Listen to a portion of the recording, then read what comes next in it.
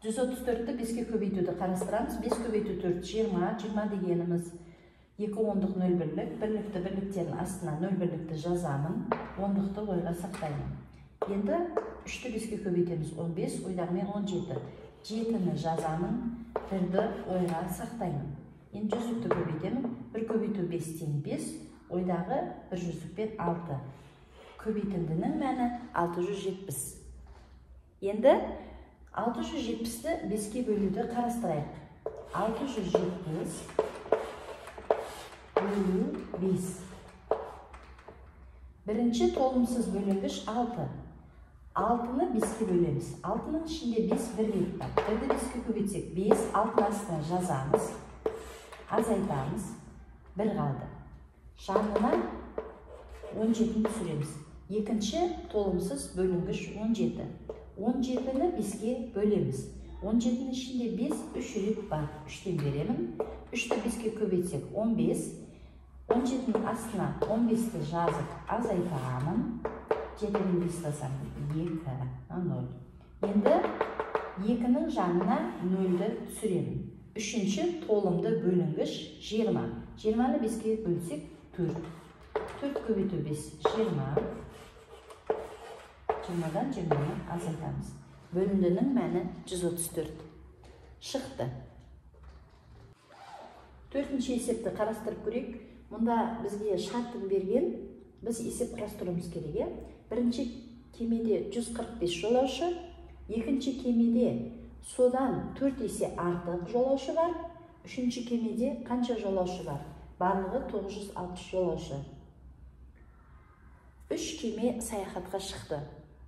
3 кемеде барлығы 960 жолаушы бар. Бірінші кемеде 145 жолаушы.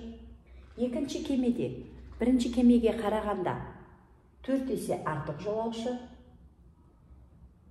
Үшінші кемеде қанша жолаушы бар?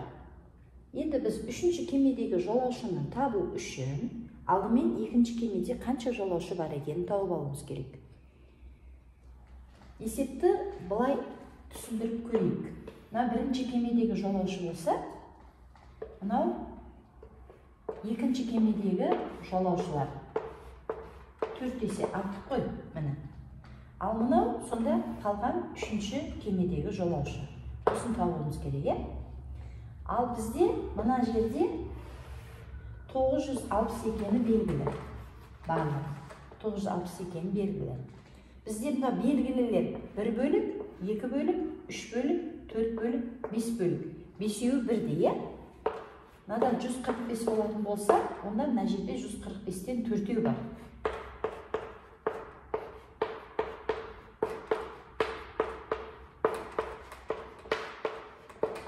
Сонда 145-тен бізде 5-еу болады ғой. Сонда біз 960-тан 145 көбейту 5-ті азайта салсақ болғаны. Осылай табуға болады. Немесе кәдімгідей былай табуға да болады. Алдымен бірінші амалда 145-ті 4-ке көбейтіп аламыз. Оның мәнін тауып аламыз.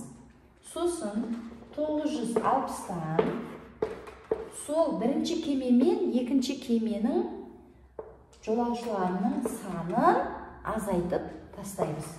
Сонда мәні шығады.